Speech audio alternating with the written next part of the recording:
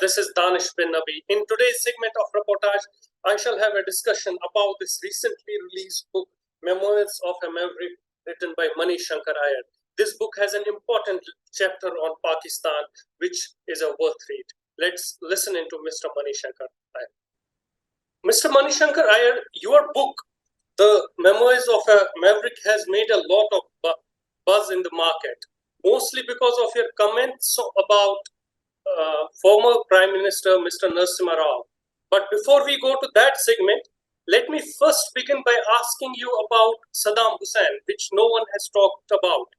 Your time in Iraq, and you write in the book that Saddam was a secular at the heart who gave the rights to the women, and he tried to make his country more he tried to make his country more on a secular form, and he kept the entire country together.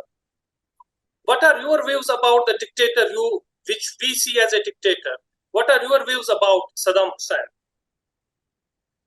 Well, I'd first of all like to say that he was a vicious dictator and that he ran a police force that terrorized the Iraqi people. So he wasn't a nice man in the sense in which we would regard nice people, but there were very important and interesting facets to the manner in which he ran his country of Iraq. Don't forget that Iraq is a Muslim country, but almost evenly divided between the Shias and the Sunnis. For it was on Iraqi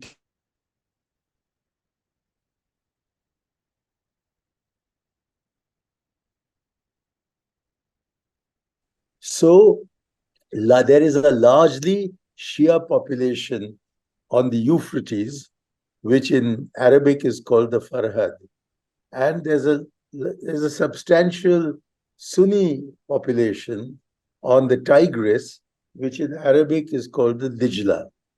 And keeping this country together, Mesopotamia, which means the land between the two rivers, also means keeping the Sunni and Shia together.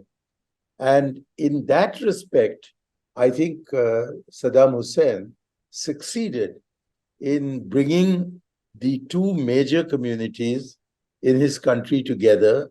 And what we have seen of Iraq after he was assassinated shows us that so what a great achievement it was on the part of Saddam to have brought these two communities together. Also, I used to have to drive past the Mustansariya University when going from my office to my home. And there I would see girls and boys sitting together as if they were at the Sorbonne or at Cambridge. There was absolutely no inhibition in boys and girls meeting together, talking together. And of course, the abaya was more or less disbanded by modern Iraqi girls. And so there was a sense of freedom. Also, in the course of my work as the commercial counselor in the Indian Embassy, I had to deal with all the state organizations, and several of them, beginning with Samira at the Iraqi Cement Company, were women. We had a woman who was the head of the Iraq State Organization of Housing. There was a woman who was the top lawyer at another parastatal institute. And in the workplace, I used to see a great deal of equality between men and women, which is not common or was not at that time common in the Arab world. So although he was a vicious dictator, he was also very progressive when it came to building a secular Iraq and in terms of emancipating the women of his country. Till the American got their democracy to Iraq, Iraq was a flourishing country. Well, it's terrible what the Americans did, because it was they who egged Saddam Hussein on to attacking Iran. Now, it just so happened, quite an accident, but an important accident in my life, that the Ayatollah Khomeini's revolution started when I was on the west of Iran in Baghdad. And it came to a conclusion when I was transferred to the east of Tehran, or the east of Iran, in Pakistan. So I saw the beginning from the west, very close up, and the end from the east, very close up. And it was clear to me, in fact, I was surprised that they were not welcoming the overthrow of a monarch who had nothing of credit to his to say about him. This was Raza Shah Pahlavi. And I thought the Iraqis would be thrilled to have a Republican neighbor.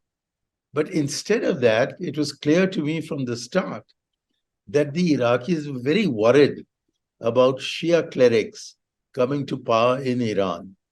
And I happened to be personally witness to Princess Ashrafi, who had a very bad personal reputation, being received as a state guest in Baghdad soon after the Ayatollah Khomeini moved from Karbala to, or was it Najaf, to Paris, and had given a call for revolution. So it was not too surprising for me to discover that Saddam Hussein's existential problem was that he had this radical Shia clerics opposite him, and on his rear were the Shias of the Euphrates. And he feared being caught in a scissors movement that would bring the Shias in front of him together with the Shias behind him, and that the Iraq of which he dreamt, the Baathist Iraq of which he dreamt, would be squeezed between these two powers. And the Americans, realizing this, played on him to attack Iran. And when he did that, he got involved in a terrible war which ended all his hopes and his dreams and his plans for a Baathist Iraq. It was a very silly move to make, but the Americans were even worse, for they attacked his country twice over without any real cause. And they have left behind a complete mess. And there is no great advantage that Iraq has received as a result of the overthrow of Saddam Hussein, and is in fact caught again in the Shia-Sunni battle. They're caught between these two forces. And I think the wisest thing for them to do would be to go back to Saddam's secularism, and also to go back to Saddam's liberation of the women of Iraq. Mr. Mani Shankar Aiyar, you have also written about how, when Vajpayee became the foreign minister, how he helped actually in opening the Karachi office of India in Pakistan. And you were quite surprised by it. Explain to the viewers what actually happened. You see, when the Janta government was formed under Morarji Desai, and he decided to appoint Atal Bihari as the foreign minister of India, my personal reaction was of deep disappointment, because I thought that as a Sanghi of the Sangh Parivar, a leading voice of the Sangh Parivar, he would pick up this anti-Muslim, anti-Pakistan stand, which characterizes the RSS. So it came to me as an enormous surprise, and a very pleasant surprise, that instead of beating the Dandora against the Pakistanis, he decided, as a matter of principle, to try and establish a viable relationship with Pakistan. And he visited Pakistan in 1978 March. And when he was there, for the first time ever in the history of India, he, as a foreign minister, delivered his banquet speech in Hindustani. And that made a huge impact on Pakistani public opinion. And unfortunately, his opposite number who was Mr. Aga Shahi, who was a Tamilian from Madras. He couldn't speak any Urdu, and therefore he had to reply in English. And that also showed up the Pakistanis as, not quite members of the subcontinent.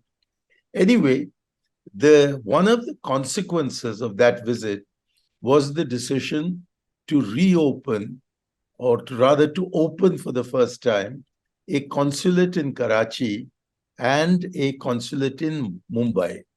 Now, this was announced at the end of October, and I heard it on All India Radio in Baghdad. And since I'd only completed 2 years, I was very disappointed because I'd always wanted to be the one picked for Karachi. And with only 2 years in my pocket, I didn't think I'd get selected.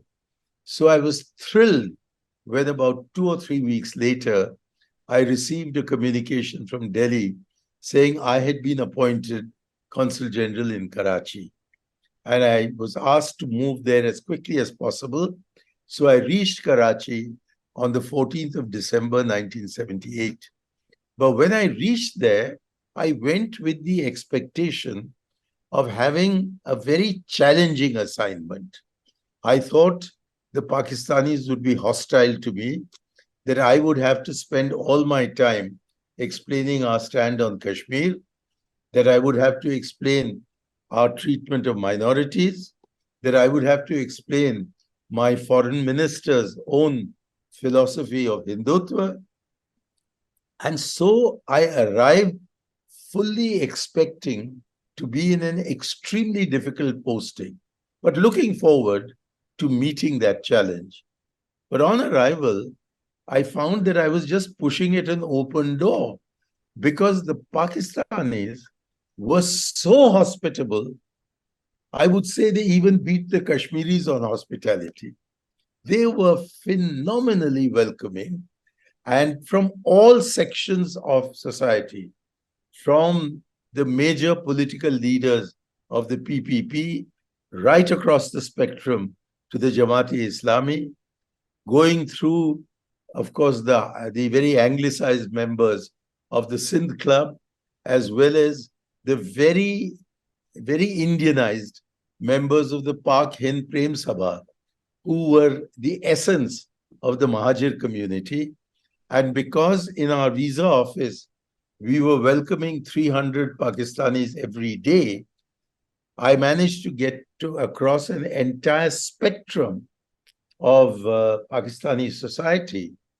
And in every nook and corner of Pakistani society, whether it was a barber, whether it was a boot black, whether it was a shopkeeper, whether it was a rediwala, whether it was the butler serving drinks in somebody's house, or whether it was the host, whether they were journalists or whether they were cynical commentators, whether they belonged to ancient families like the Bhuttos and the Khurros, or whether they were new upstarts, like some of the politicians I met, some of the industrialists I met, some of the stockbrokers I met, all across the line, I was given an enormous welcome, a welcome which has only been reciprocated or has been replicated when I go to Srinagar. But it was so warm that when the foreign secretary asked me what I would suggest after 3 years in Pakistan, I said that you must send all probationers to Karachi for a few months. So he said, why? I said, so that they learn how to open a door. Because this court culture, which is the essence of Muslim culture, is such that every single person I met in Pakistan was imbued with courtesy and knew how to express that courtesy. And I thought all Indian Foreign Service officers should learn the art of courtesy so that however difficult the differences between our countries, as diplomats, we could learn to behave properly. And That was my major lesson. you have put the blame on Pakistani establishment and Pakistani army as far as the issues between two countries are concerned. No, I think I should clarify that. I think many Pakistanis are deeply concerned about the Kashmir issue. I also think many Pakistanis are upset at our insisting that cross-border terrorism is at least as important and perhaps more important than the future of Kashmir. So it's not as if the Pakistani establishment is at odds with its people regarding the major issues that divide India from Pakistan. But the kind of goodwill that the Pakistani Awam has, the ordinary people of Pakistan have, is, I think, a great diplomatic asset that we haven't exploited for the last 76 years. We need to distinguish in our minds between the people of Pakistan and the state of Pakistan. As far as the people of Pakistan are concerned, they are very jazbati. They are very sentimental. So if you smile at them, they laugh with you. If you show that you're angry, then their hostility is very great. So if we undertake a goodwill blitzkrieg, the people of Pakistan, in terms of being able to visit their relatives in India, do tourism in India, do business with India, look at Hindi films, sing Bollywood songs, attend mushairas in both countries. I think all that, the people-to-people contact, is the best way of building up a counter force to the hostility that the Indian state sometimes gets at the hands of the Pakistani state. But we have to recognize that for Pakistan, Kashmir is an unresolved issue. And we had agreed at Shimla between Indira Gandhi and Zulfikar Ali Bhutto that we would work towards a final settlement of the issue of Kashmir. And it is now nearly, 45 years since that agreement was signed. Or is it 50 years since the agreement was signed, the Shimla agreement? And we've just not moved in the direction of a final settlement, except under Manmohan Singh. When Dr. Manmohan Singh was the Prime Minister in India and President Musharraf was the head of state in Pakistan, they decided to use a back channel on which Ambassador Satinder Lamba was the Indian representative, and there was a gentleman called Tariq Aziz on the Pakistani side who was their representative. They met in various different locales all around the world and eventually came up with what Musharraf called a 4-point agreement on the Kashmir issue. The first point of which is no question of Azadi for Kashmir. Second point, that we must have a soft border between Pakistan-occupied Kashmir and Indian Kashmir. That Kashmiris on both sides of the ceasefire line or the line of control should be allowed to cross easily and meet with their relatives, have cultural exchanges, and start a certain amount of trade in indigenous products between the Indian part of Kashmir and Pakistan-occupied Kashmir.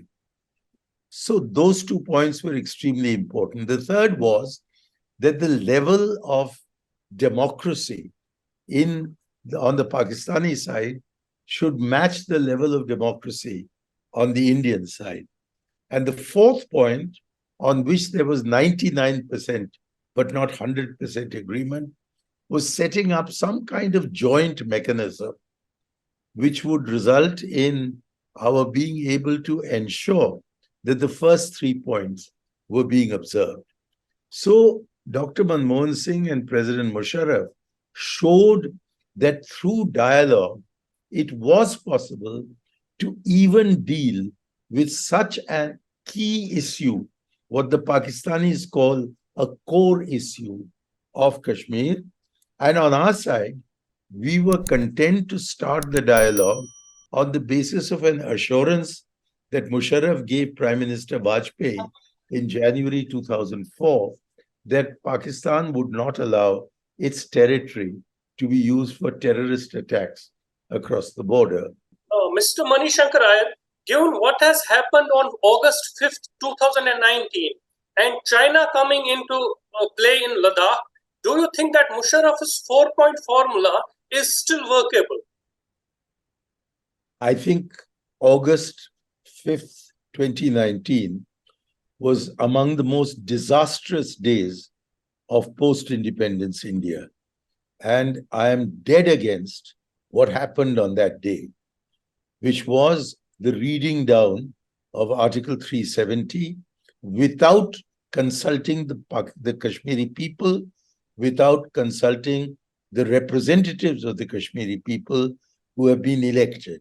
And when I say Kashmir, I include both Ladakh and Jammu.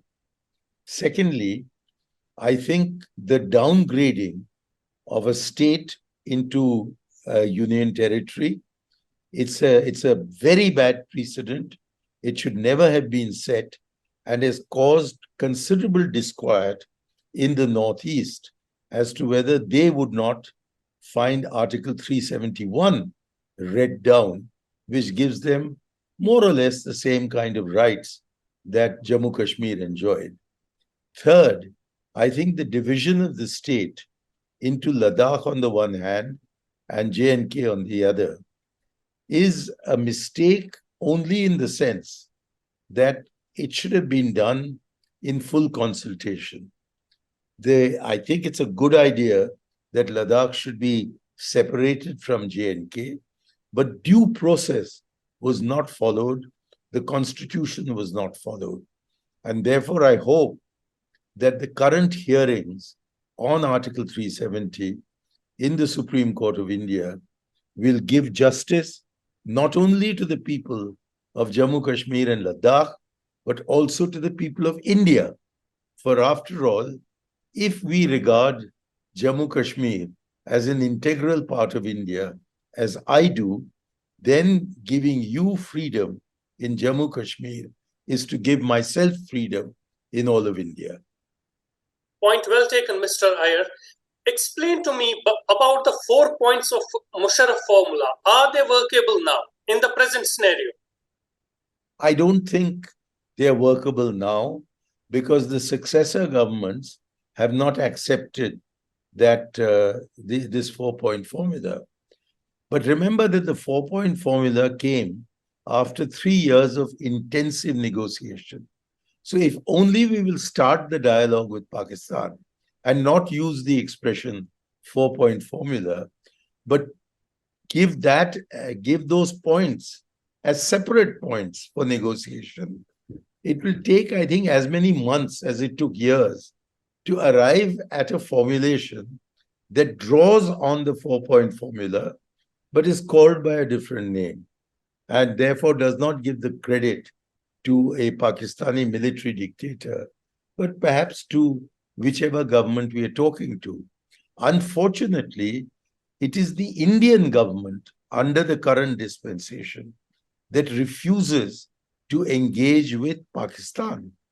And they keep saying, as if it's some kind of a mantra, like a religious mantra, that terror and talks don't go together. They've been saying it for 9 years. So has terror been stopped?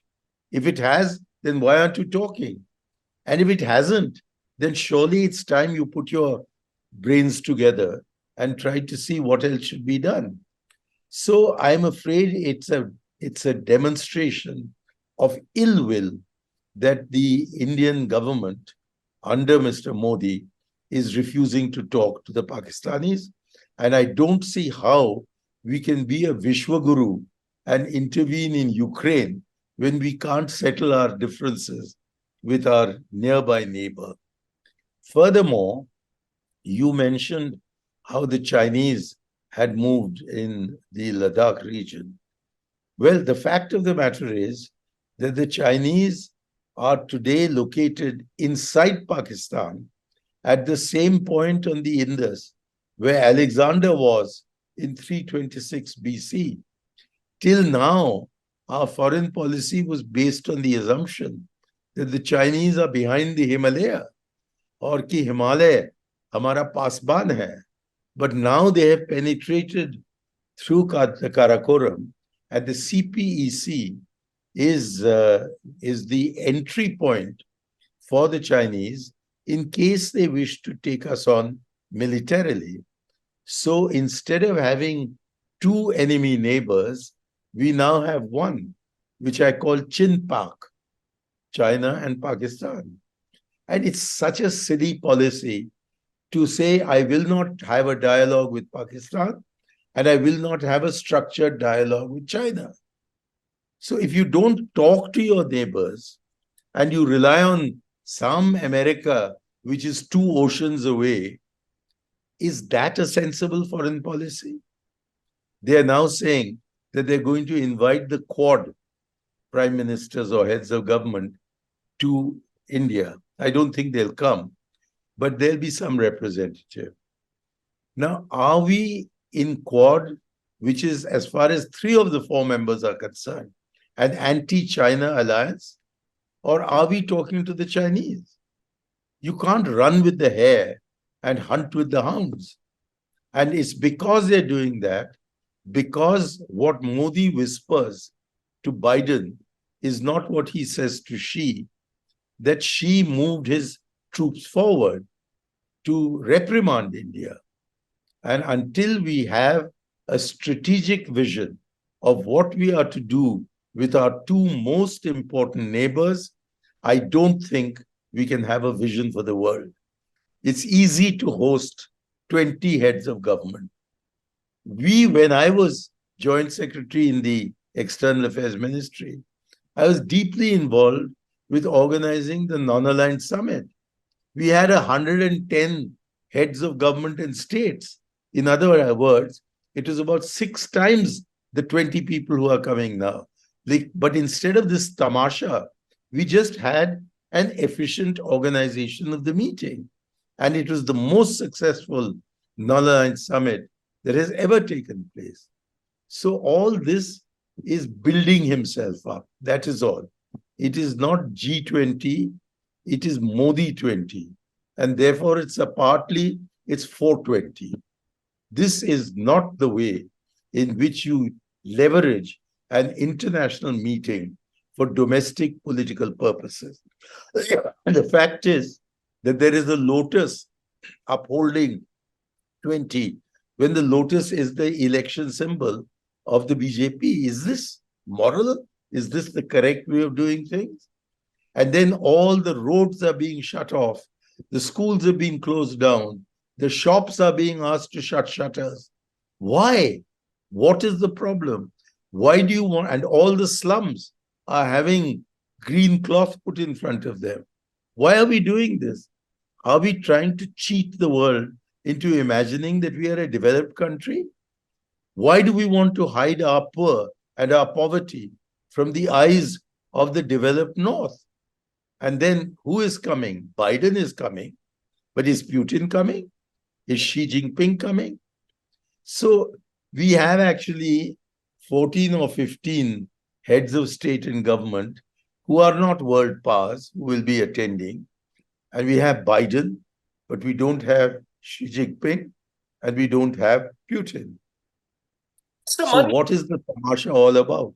Mr. Mani Shankar Aiyar, I am terribly running out of time. Last 5 minutes, this Zoom call is showing me last 5 minutes. I want to come back to your book, and I want to, the last few pages of your book, at the funeral of Rajiv Gandhi, Veer Sanghvi comes up to you and asks you to write a special column for Sunday. Then you write in your book that moving 4-5 lines which you have mentioned about Rajiv Gandhi. So my question is, how do you remember Rajiv Gandhi? Kindly be very brief in your answer. 5 minutes on. I remember him as an extremely principled human being, totally secular, dedicated to having good neighborly relations with China and Pakistan. Remember, in the same month of December 1988, he became the first Indian Prime Minister in 32 years to visit China, and he became the first Prime Minister in 28 years to visit Pakistan. So he showed that foreign policy begins at our doorstep. Second, he went to the United Nations and presented the only practical plan for the abolition of nuclear weapons that has ever been presented by a head of state to the United Nations. As far as our domestic policies are concerned, he sacrificed party interest to national interest to arrive at the Punjab Accord, to arrive at the Assam Accord, to arrive at the Mizoram Accord, to arrive at the Darjeeling Accord. I think, unfortunately, he tripped up on Sri Lanka. But I've explained what happened there. It was a failure of the entire Indian establishment and not that of the Prime Minister alone. I've also explained how I was so upset by the Sikh pogrom in 1984, before I joined the Prime Minister's office, that I went to the polling booth to vote against Rajiv Gandhi. I was very upset with that. But my name was not on the voter list, so I couldn't actually cast my vote. I found Rajiv, with whom I'd been at school and college, but had not known at either place. He was too young to have known him in school, and in Cambridge, he belonged to the rich set, I belonged to the poor set. So where he was taking Sonia to the best restaurants, I was looking for girlfriends who would cook for me or who would eat baked beans along with me. So in these circumstances, it was only after I joined him in PMO that I got to know him. And I discovered a man of great integrity, great honesty, a great sense of national purpose, and a willingness to sacrifice party interest to the national interest. And all this has been misunderstood, which is why my next volume is called The Rajiv I Knew and Why He Was India's Most Misunderstood Prime Minister. I'm afraid that book is going to prove far more controversial than this one, but I'm ready to take on all comers. Sorry? We are eagerly waiting for your second volume. Thank you very much. I'm so glad. I'm so glad. I look forward to talking to you about the second volume after it's published. Definitely. Thank you, darling. Thank you. Thank you, sir. Thank you for talking to me. Thank you very much. You. Please subscribe to our channel Reportage and press the bell icon to remain updated.